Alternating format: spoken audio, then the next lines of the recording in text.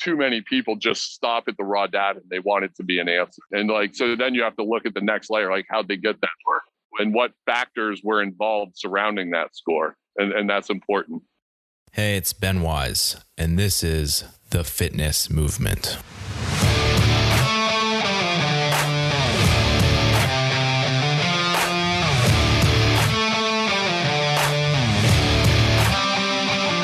The Fitness Movement is brought to you by Zor Fitness. Zor Fitness is my company and my platform to deliver training-related content to people just like you.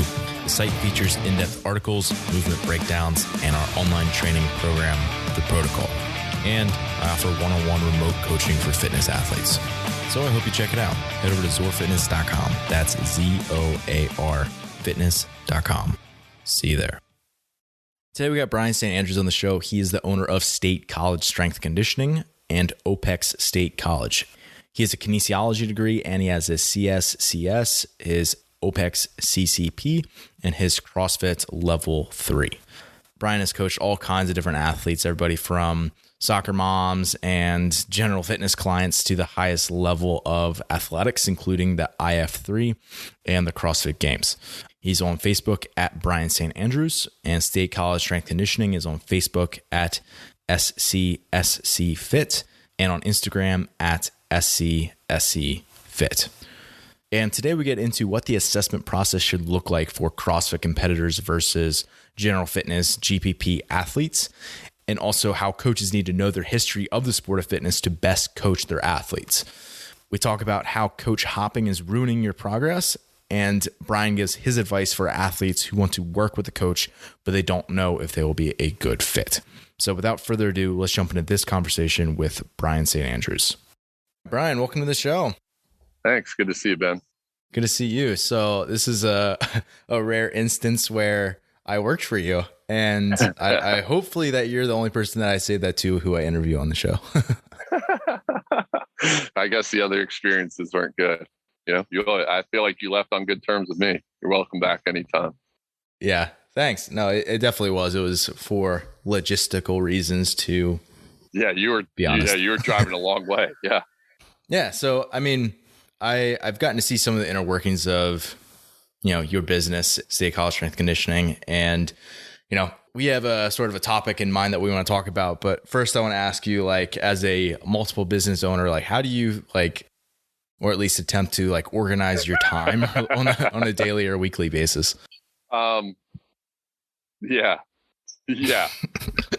I would say I would have a pre-pandemic answer and then I would have now, right? Yeah. And, the realities of the pandemic were, as you know, so I had 2 gym locations. And conveniently, one lease ended in November. And it may not have been an ideal situation, but the other location was superior, right? The less busy gym that was not never affiliated with CrossFit. And but it had a lot better amenities and a really nice build out that the previous owner had already done. And we would never have had access to anything like that, right? We've got 3 big ass fans. We've got thousands and thousands and thousands of dollars in stereo equipment over here. Mm-hmm. And, just all sorts of build out that wouldn't have been possible. Right. In more of a warehouse type setting like we were in before. So, and it's right next to the brand new high school in town, which costs $300 million. Right. So it's an up and coming area. They're tearing down the building next to me here and building more housing and mixed use. And I'm more centralized. So there were a lot of those sort of non-emotional reasons to end up making the move and try and get organized in the fashion that I did. Right. So some of it was alleviate short-term overhead in terms of getting organized, right? So just reduce all the extra fluff. And then from actual organization, within my day, it was real minimal. So I made the decision that we were going to try and keep all the full-time staff and reduce part-timers on the side and just because it was people that are like making a living, they have families, right? And so I felt more obligated in that direction. So I used to have more help, and like I had a better grasp on like, this is the person in this role, right? And like that's how, and so I would say that hiring to that like specific skill set of helping me organize my week and keep everything on track. And I just hired that person again, like within the past week.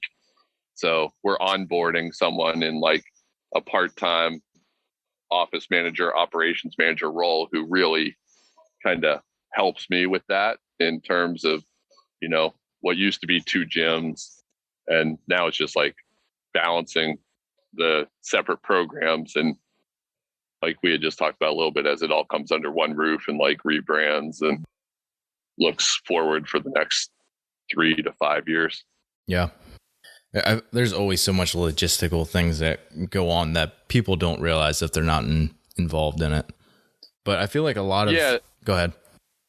Oh, yeah, go ahead. I was just going to say, like, the bigger the operation, I heard it once on a podcast where it was like a rule of like, I think the guy said 3s and 10s, but it was like when you go from 1 to 3, and then like 3 to 10, 10 to 30 to 33, up to 100 and so on, right? 300, then 1,000. And like as businesses grow, what usually happens and where they break is you just start to overlap systems. Like the biggest example here would be like Penn State, right? And like everybody that works there just bitches about like, oh, this computer system from the 80s now has this and it has this and it has this, right? And they're all just slapped together. And like that's where small businesses break, is they don't have the systems appropriate for that level. It's like, well, I did this one with Zen Planner for 10 years, so we still do it. But now I brought on this CRM over here, right, that manages a lot of people. So making sure that stuff matches like harmoniously is a big part of it. Yeah. Is a big part of it. Yeah, that's no easy task for sure. So obviously today we're just talking about one small aspect of it. We're talking somewhat about assessment, coaching, these are all kind of interlapped things. But let's jump into that. I think, I think a lot of clients with maybe competitive aspirations, they want to, if we're talking about assessment, they want to go like straight to the sexy stuff, like, doing Metcons or max lifts or, the stuff they'd see in the sport. And I guess for certain clients, that's definitely going to be appropriate for them. But I think for a lot of people who are just maybe more general fitness, and just even for those competitors, like there's so much that you can do prior to that. So could you maybe walk us through like what it might look like if you're, you've talked to someone, they're coming on board with you, like they're committed. What does your sort of intake and assessment process look like for an individual design athlete from you get them to you actually write some of their design? Well, let's just talk about that particular example that you started out with there, because I would say even within that, so I'm referring to, let's say Ben is like 27 years old, male, right? Played a lot of sports, saw CrossFit on YouTube, has done some on his own for like 4 months and walks in the door, right? Yeah. There's still a lot that could go into that person, right? Because then it's like, well, Ben is like, well, I'm athletic, right? And I've done some lifting, right? And maybe this Ben looks like you, but maybe he doesn't, right? And so it's like, okay, well, what? You have to dig a little deeper on that. Like, what's that mean, right? Yeah. And, so, but what you're talking about, like, yeah, there's definitely like a biological age factor, and like the dude kind of looks the part maybe, right? But truthfully, there could be a lot of the training age for the person, and not just the fact that they've played a lot of sports and put some tread on the tires, but like the maturity around their decision making with it and their actual understanding, right? Yeah. Because really the best case scenario for that person, if you're like, all right, this person's competitive, quote unquote, right? Like they want to do something competitive. Right. And you really just want like, not necessarily a thinker and an analyzer, just a doer. Like execution is worshipped, right? Like that's what I would tell. Like I used to work with Matt DeLugos before he moved on, right? Mm-hmm. And he was like, so I think of someone like that where they're like, they had been to regionals and then they wanted to go regionals individual, right? So they've been on a team a bunch of times. And then beyond that, it's like, well, I want to do as well as I can. Like, what's that mean? So I want to make the games. I want to do these sort of things, right? Like, well, what do you know? So then having the conversation with that person, like, well, what do you think that looks like? Right.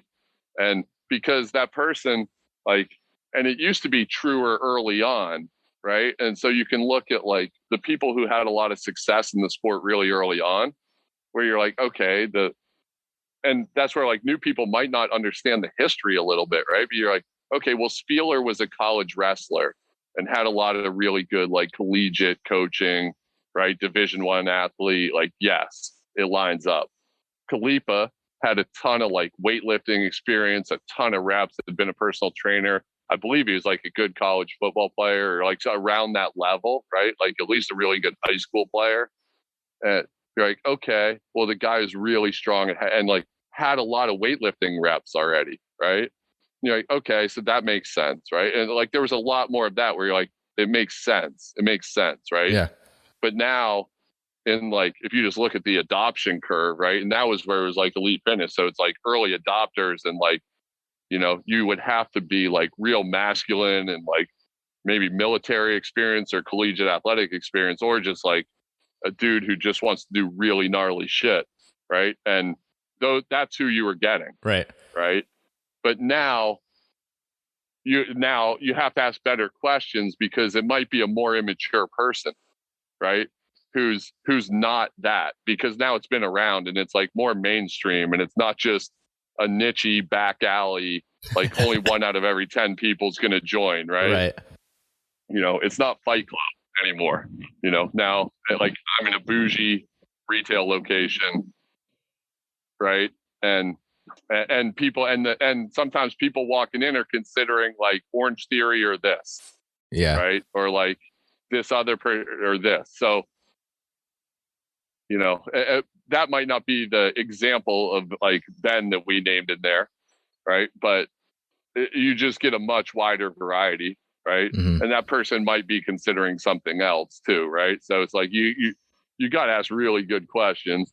But then, yeah, if we get to the point of just like assessing, right? So I'm saying like that's actually part of the assessment is like, what is this person's training age? And then like, what is their perception of reality versus like what we actually know is real, right? Yeah. Like this person, like, you know, you can see like Frazier grew up lifting weights, right?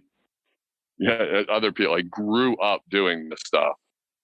And so now you could just like the good is they can learn a lot like online and just have really good knowledge coming in, right? Mm-hmm.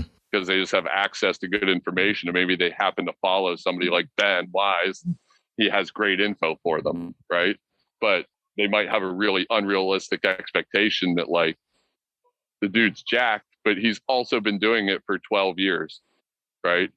And and I happen to like he was a really good like let's say like collegiate swimmer and runner or something, right? And you're like, well, okay, yeah. So you want to look like the guy in the video because he looks like you. I understand, and you think you can do that, but so there's got to be a good match there, right? First, and from a coaching perspective,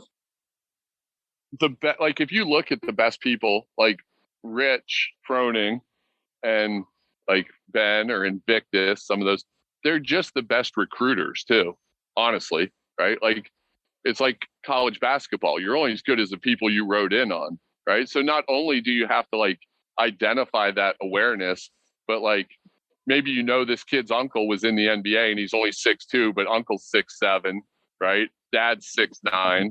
Like you're like, okay, the kid's going to grow 7 inches still by the time he steps on campus. I should probably work with him. There's a lot of meat on the bone. Yeah. Right. Yeah. And so if Ben walks in and he's never lifted a weight and you're assessing him and he like deadlifts 500 pounds and he's like, yeah, first time I've done it, bro.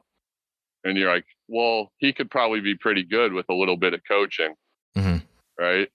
And so there'd be some of that too. If you're asking me specifically about like the sport side of things, right? Because like you could identify easy wins in certain people, right? If you go back to like Matt, when he had been on a team, right? But like couldn't figure out, and he would tell you this, right? Couldn't figure out like a snatch and chest to bar workout, that thing in regionals where it's like going up, right? He's like, I snatched this, but I'm doing this, but he was just like still, and he was really young. He was in college, right? And just part of a team as an athletic dude. So we just had to do a lot of upper body work. I was like, you have no platform, and you're talking about doing them with pull-ups now. Like your grip strength isn't that strong. So like, does that start to make sense? Right. And so like, is there a big gap for improvement right there that you notice where you're like, I can help this person? Right. Yeah. So, I mean, I guess the first thing to maybe think about is like the assessment process isn't something that is like you do it in onboarding and you're like, all right, I'm done.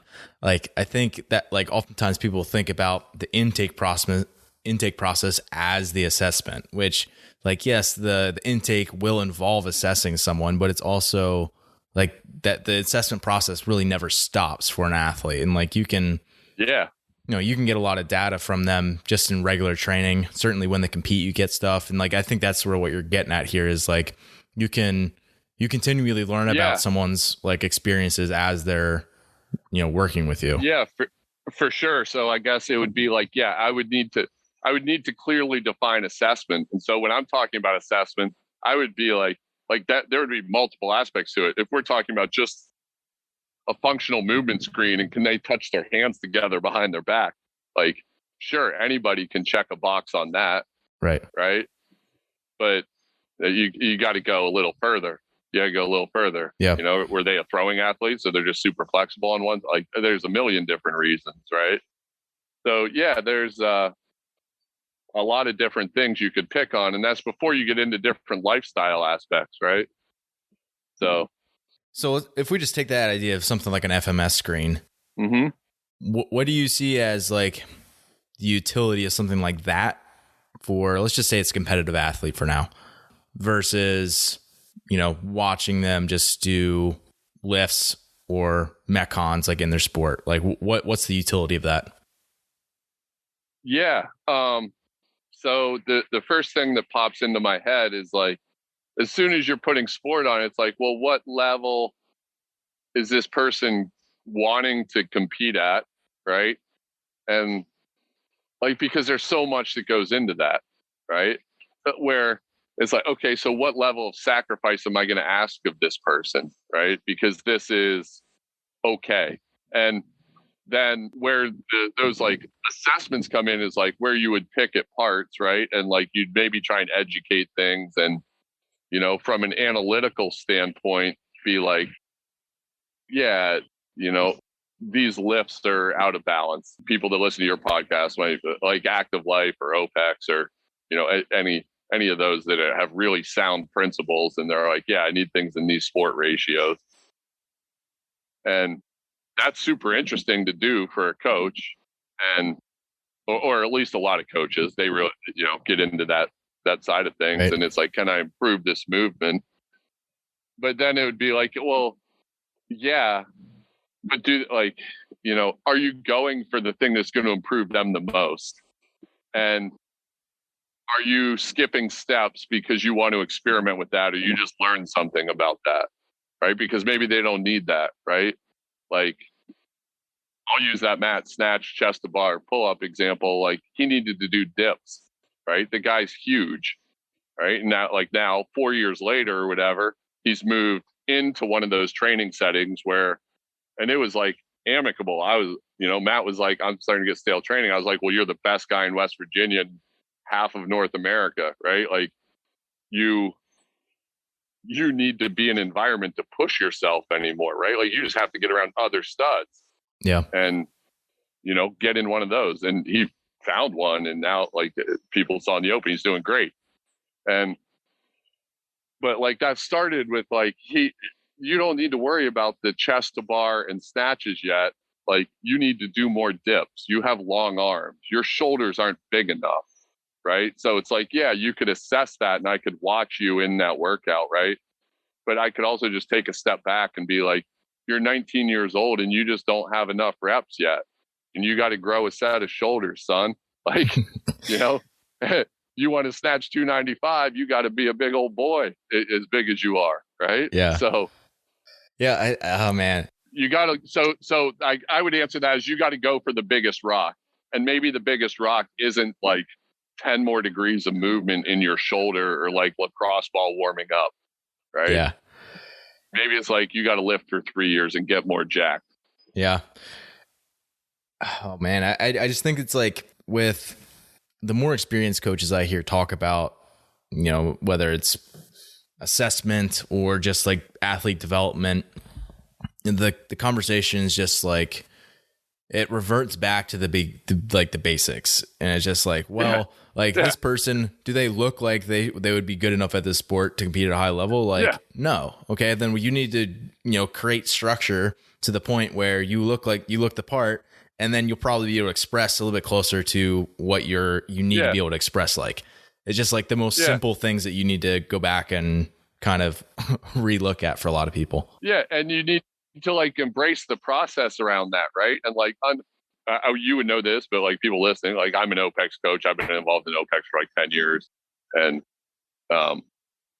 so I like James would have influence over things like beliefs of mine too, right? Like, so, but I would say like you should know some of the history. That's what made me think of that, right? Like you should know kind of like how this thing started, who won, like, oh, what did they do when they had success? Like, how did, you know, Miko break onto the scene and then all of a sudden redo all of the workouts from all the previous games in one day and beat all of the times, right? And you're like, oh, because he was more elite of an athlete, right? And then his training was like already the strength and conditioning, where it was like you, I don't even know. Are you old enough? But like, so there was a video, right? Like when Miko's movies first came out and stuff, right? It was like blown away where they were like, oh, so you snatch heavy, like imagine it as like A, B, C in a workout, then multiple Metcons, right? Like every program looks like now. Yep. Like, you know, Misfit's got 18 pieces to it or whatever, and you pick and choose, right? But like, so Miko would be like, well, I like call it like I have a primer, I have a main lift, I have an accessory lift, and then I do the Metcon. That's why I'm stronger than everybody.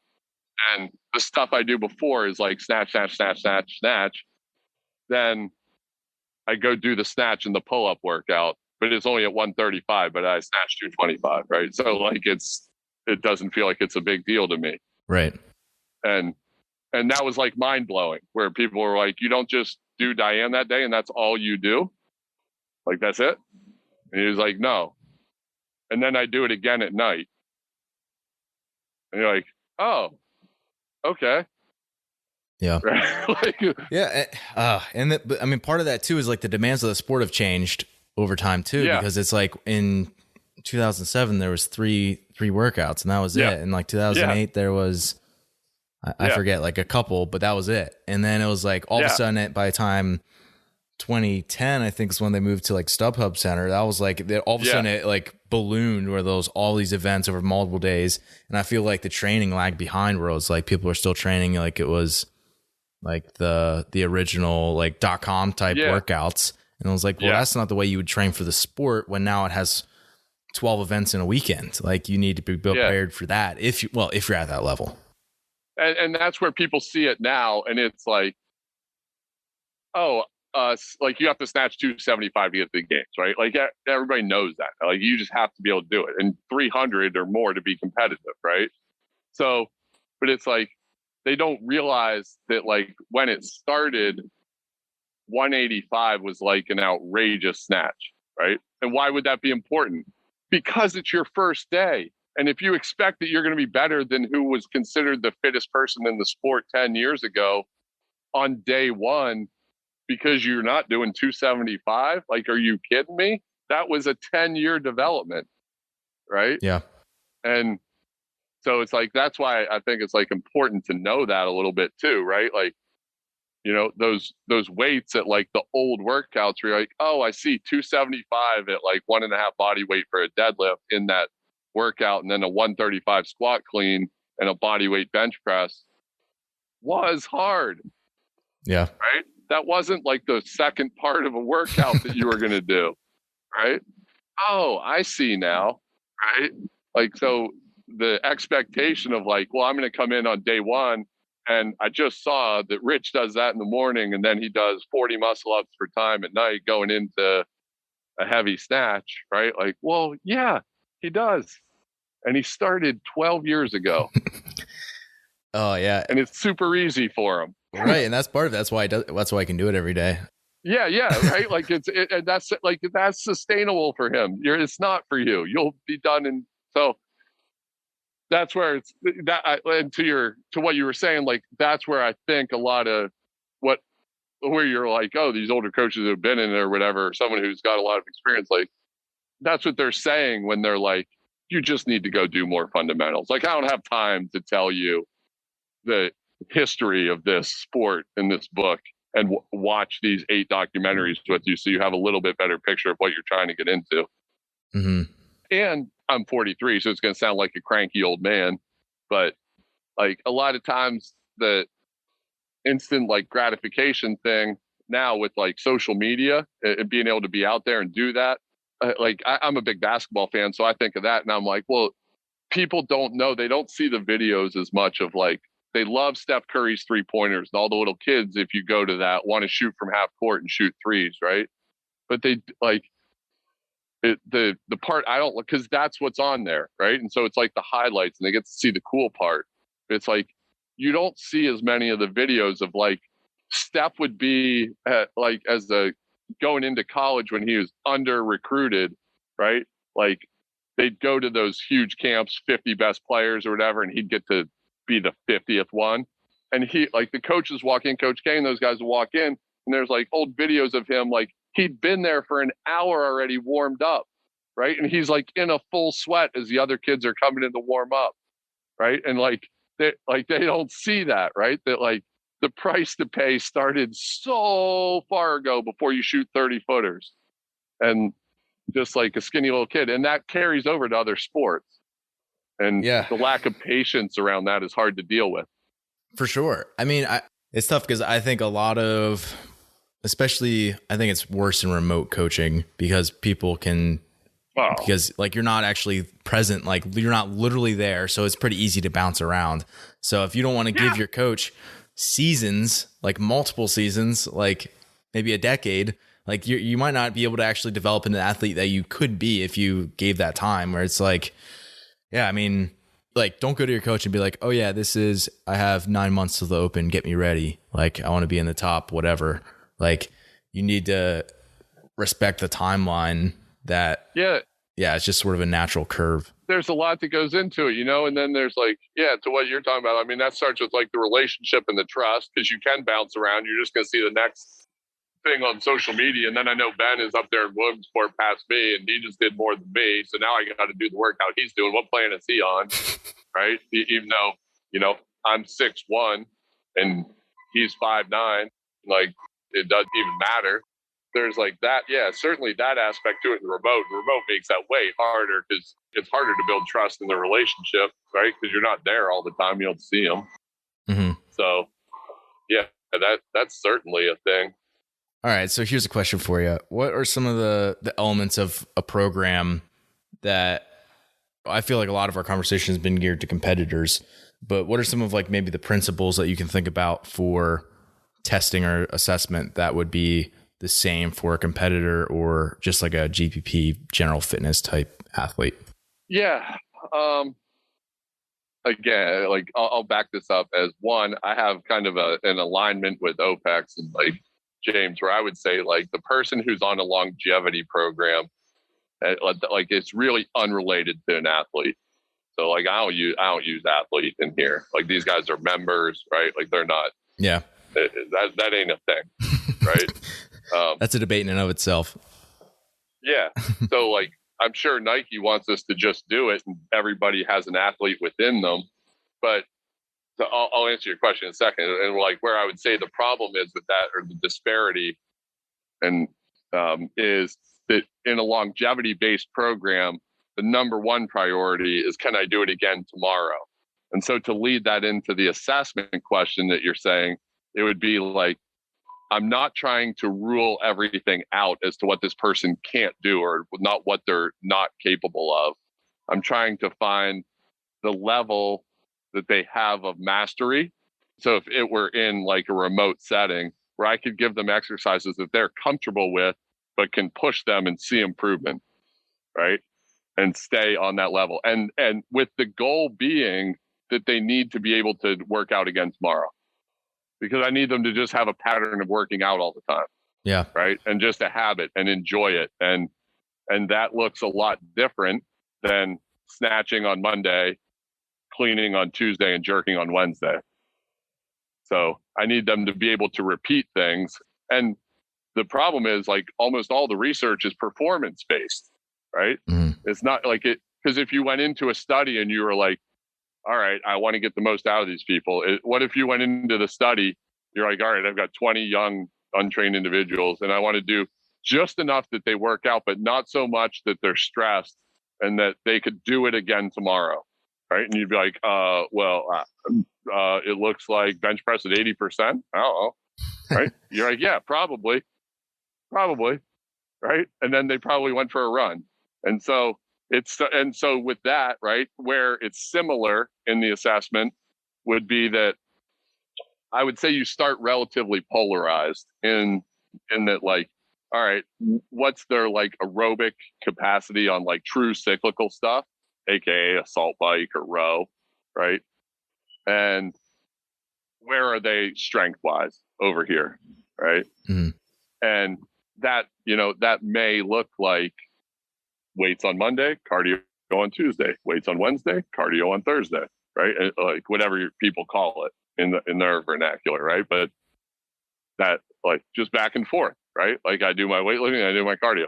And then more advanced, it starts to be on the same day, right? But maybe it's a little different, each time.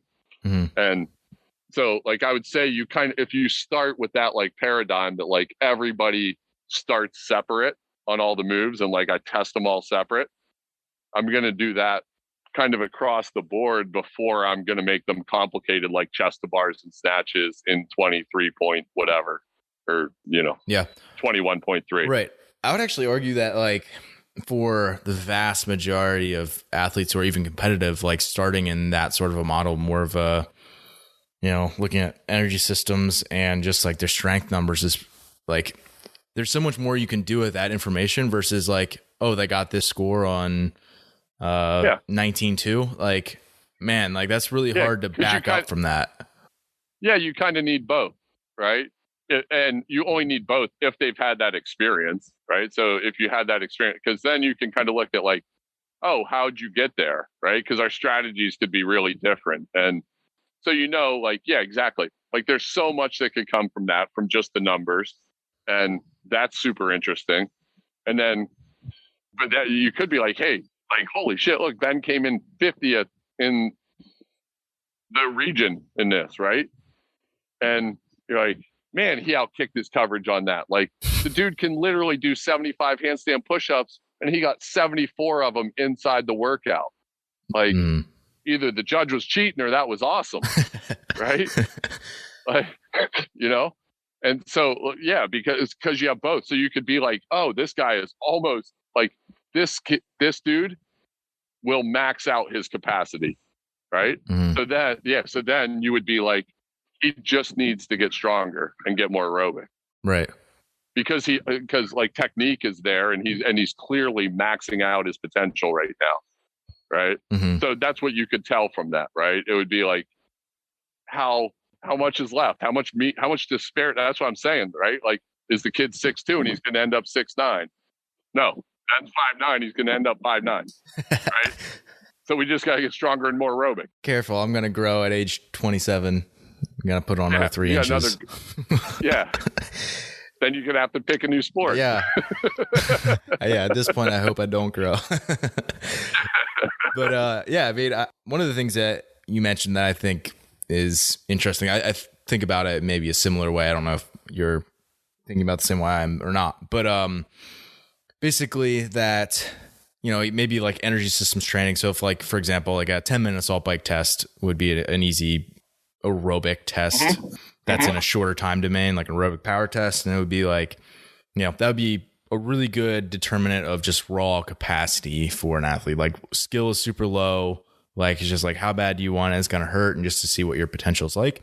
And then, a 10-minute Metcon with mixed work, a bunch of different movements that are acyclical. It's going to be like, how close can you actually get to expressing your capacity with something that has skill components or strength-based components, and it's moving around, multiple joints and is more skill-based. Yeah. It's just an interesting way to test for that.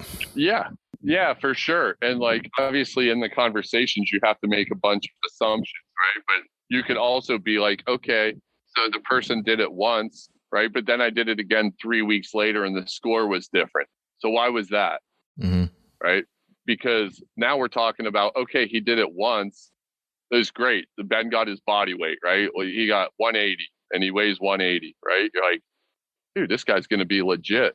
But then 3 weeks later, because we just switched training programs and now maybe your volume's down a little bit and you felt great, but now you're doing this more organized thing, right? But you're tired and you got 165 when we hit it again in a month just to see where you were at. I'm like, okay, well, what's off? Right.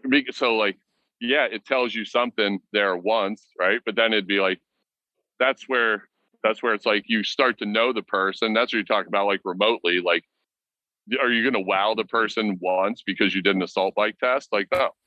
But maybe they have more trust in you because you gave it to them a second time and then you recognize the difference and you just like notice that. And you're like, hey, why is this different?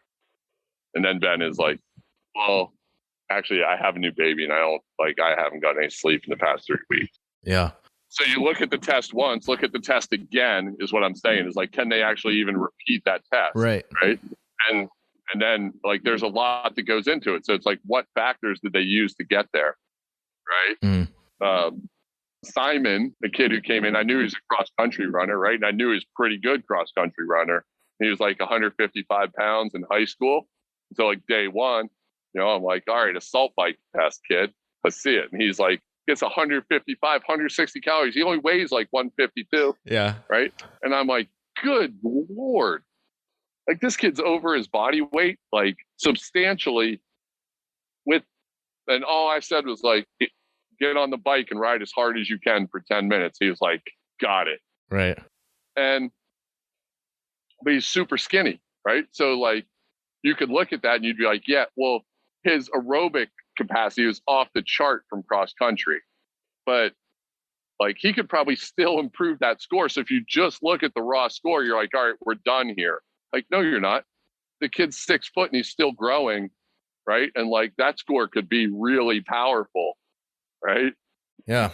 So you could just get stronger at that point too. So it's like, it does all blend together as to what you're saying. Right. Right. But it's like what I would say with that is too many people just stop at the raw data and they want it to be an answer. And like, so then you have to look at the next layer, like how'd they get that score and what factors were involved surrounding that score. And that's important.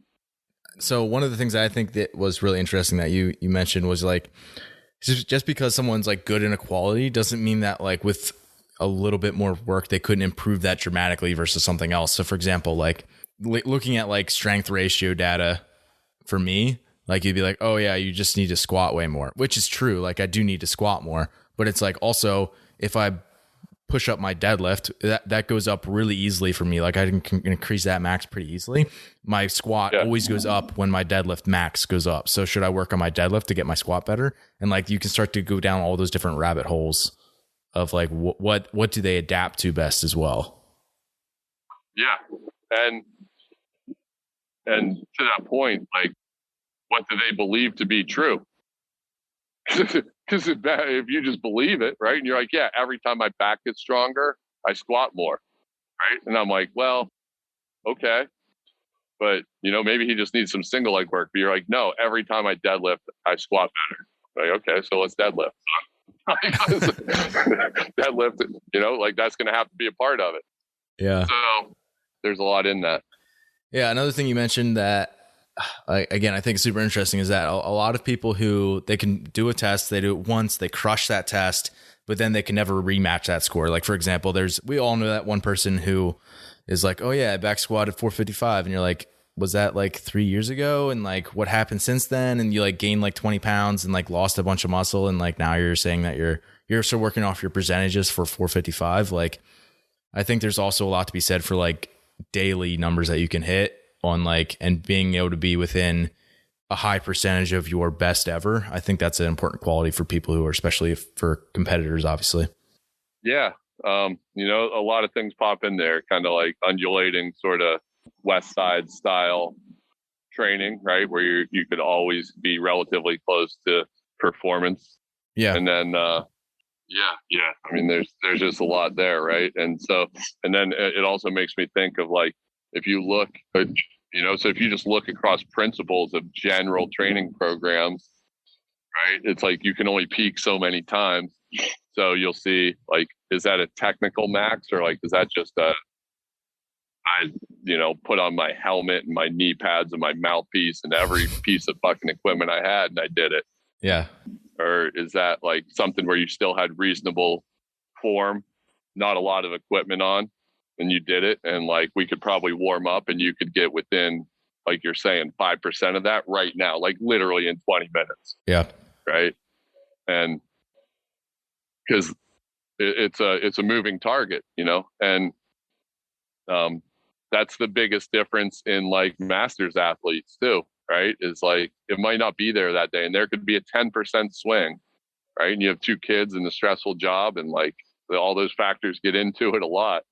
And you didn't eat as well this week, right? And you didn't even notice, or you had drinks on Sunday and it's Thursday and you're wondering why it's like you forgot about that, but like why your performance is still affected because you haven't slept well in like 3 days. So you've got less room for error as things go with that too. And like all those other factors you got to ask questions about. So I guess the common theme of this conversation has been like, the assessment process needs to be ongoing, and it needs to be a conversation with hopefully an experienced coach who can have a little bit more perspective. Cause like, I think even just our conversation shows that like, it was, it's a complicated process. There's so many factors that you have to try to weigh and decipher that it's really tough. Yeah. It's just, and to that, then it's like, you just got to ask a lot of good questions. Yeah. To what you're saying, right? You just got to keep asking good questions. Mm-hmm. I like it. Ask good questions. I like it. All right. Final question for you. Let's say there's somebody listening and they want to start working with a coach, but they don't necessarily know, where to start because there's a lot of information out there. They're getting ads or other stuff thrown at them. Obviously, different coaches work with different types of athletes, and we could go on and on about that. Like, how would you recommend that somebody who's looking for a coach would find a coach who might be a good fit for them? It's easy. It's just like here. So we're in State College, right? And I have a lot of people that join the gym for 3 years while they're in grad school or whatever, finish up and move on. And they're like, oh, I missed the gym. I just can't find the same thing, or, all versions of that story. Right. Or like, what do I do? Like, do you have any gyms you recommend? And I'm like, I have my friends like gyms or whatever I recommend, but I can't guarantee you're going to like them. But so I always say, and it would be the same thing for a coach, right? I always tell people, just like, you got to go off of the vibe and like the trust first. Like, I used to work with Mike Lee when he was with OPEX, and like, I just liked Mike, right? Like, I'm sure they're all good coaches, and like, I'm sure you could probably do it. And like, there's a lot of good coaches. So as long as you're fishing from a pond of like really good coaches and your candidates, it'd be like, just pick the guy and girl that you like. Like, that'll make jokes or whatever you like, right? If you just want them to keep you accountable, and like you want them to have those like, yeah, man, you just got to go off with somebody you have a good vibe with, or fills in a gap that you believe that you need, right? And that's how I would pick, and that's what I tell people all the time. I'm like, it doesn't matter what gym in Hershey I like, right? You go in there, because if you don't have a good vibe, you're not going to want to go. Yeah. And just because I like the guy, because I think he's cool, right? Like, yeah, you should go there. But I can't, like, he's different than me. So if you like me here, right? Like, I'm funny. I'm a smart ass. Like, my friend's Jim, he's like super, like by the book, right? Like, you can do this, you can do this, you can do this. But I like that, right? But you might not like that because you like my Jim. Right. And I'm never going to make you do burpees if you're late. I'm going to say, thanks for coming, Yeah, totally. Oh man. I think that's honestly, I haven't heard that before. And I think that's really good advice. Just like work with somebody that you think that you'd vibe well with and that you like. Yeah. Yeah. Cause I'm going with the given that you have to be mature enough to do your homework and like take some responsibility for your actions. Right. So like, narrow it down to a list of good candidates, like you're interviewing someone for a job, right? Like, okay, this person, like Ben has coached I want to be a thrower. Ben coaches throwers. Like, I got it. So he's on the list, right? And then pick the people you like. So make sure do your homework and then go with your gut, basically. Yeah, exactly. Do your homework first. Yeah. Cool. Because then you're going to be more motivated to work hard. And that's, yeah, and when they ask you to do hard stuff, you're more likely to do it too. Yeah, exactly, right? Like, that's what I was about to say, right? Like, because then, let's say it's you and me, and like, I may lay out this like beautiful plan that's like, whatever, super like efficient, and like we all agree as trainers, like this is the right answer, right? Mm-hmm. But you're the one that asked them like how they're doing, right? And they're like, hey man, I saw your dog photo on Instagram. I got a dog like that, right? And they're like, yeah, I fucking love people that love Labradoodles, right? And so they're like, I work harder with them, right? And like, you're just going to get more out of that because you work harder. Yeah. So it doesn't, right? So like, what are we talking about if you can't pass my scratch test? Who cares? Yeah. Right? You don't even like it. Good, because then I can never pass those anyway. Yeah. Hey, Bryan, thanks for doing this today, man. Dude, it's good to see you. Miss having you around. We'll catch up again soon. Sounds good. I'd say we work out together, but I don't work out nearly as hard as you do anymore. So we don't have to do that. We can just get lunch next time. Get lunch. That works. Yeah.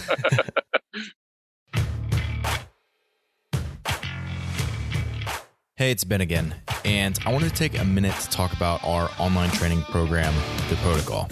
The Protocol is for athletes who want to train for the sport of fitness. It's programmed by me, and it's my best attempt at preparing athletes with varying strengths and weaknesses for the demands of the sport. And I do this through the use of silos, which basically means I segment parts of the program based upon athletes' ability in a particular area. So for example, an element of the program this fall on Tuesdays and Thursdays was gymnastics-focused training. And there are 4 different silos, so athletes could choose to work on chest bars or muscle-ups or handstand push-ups or handstand walks. In other words, we are all doing the same core program, but there are ways to individualize it on a weekly basis. And as part of the program, I also include coaches' notes, technique videos, and educational resources almost daily. My goal is to not just have this feel like you're doing a workout plan, but to feel like I'm actually coaching you through the process of becoming the best athlete you can be. And having access to the protocol is just part of the benefit of being a pro member. You also get instant access to the Vault, which is exactly like it sounds. It means that you unlock the ability to be able to download all the programs that I've ever written.